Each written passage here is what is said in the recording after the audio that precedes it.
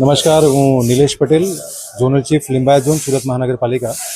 આપ જોઈ રહ્યા છો એ પ્રમાણે ઉપરવાસમાંથી જે વરસાદ ખૂબ પ્રમાણમાં જે પડી રહ્યો હતો 24 તારીખ બાદ, જેને કારણે ખાડીનું લેવલ અભૂતપૂર્વ રીતે 8.85 મીટર સુધી થઈ ગયું હતું. અને આજ રોજ હાલમાં 8.25 મીટરનું લેવલ છે, એટલે ભયજનક લેવલ કરતાં અત્યારે ડાઉન થઈ ગયું છે.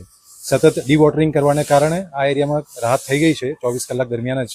સાથે સાથે કારણ કે વોટર લોગિંગ થયું હતું, એટલે યુદ્ધના ધોરણે સાફ સફાઈ કરીને સોસાયટીના દરેક ખૂણામાંથી કાદવ કચરો જે પણ માટી જમા થઈ હોય એને આપણે કાઢી લઈએ અને ઇન્સેક્ટિસાઇડ પાવડરનો પણ સ્પ્રે ત્યારબાદ કરીને ટોટલી સ્ટરીલાઇઝ કરવા માટેનું આજે આપણે આયોજન કર્યું છે.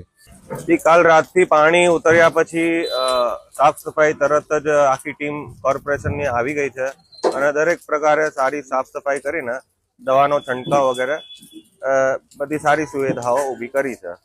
સાફ સફાઈ બાબતે કોઈ અહીંયા અમારે ક્વેશ્ચન નથી.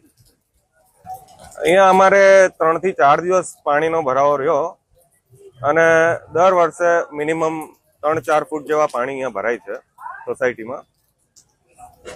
ઘણા વર્ષો પહેલા 3-4 વર્ષે પૂર આવતી, પણ હવે અમુક વર્ષોથી દર વર્ષે પૂર આવે છે. પાકે પાયે ફંડ આપવો જોઈએ આ લોકોને. આ લોકોનું જે નુકસાન થતું હોય, ગરીબ લોકોનું ભરપાઈ કરવી જોઈએ. નીચે રહેવાવાળાને દર વર્ષેની ફર્નિચરની, સામાનની અને ખાણીપીણીની વસ્તુના નુકસાન ભોગવે છે આ લોકો, તો એ લોકોને યોગ્ય વળતર મળવું જોઈએ.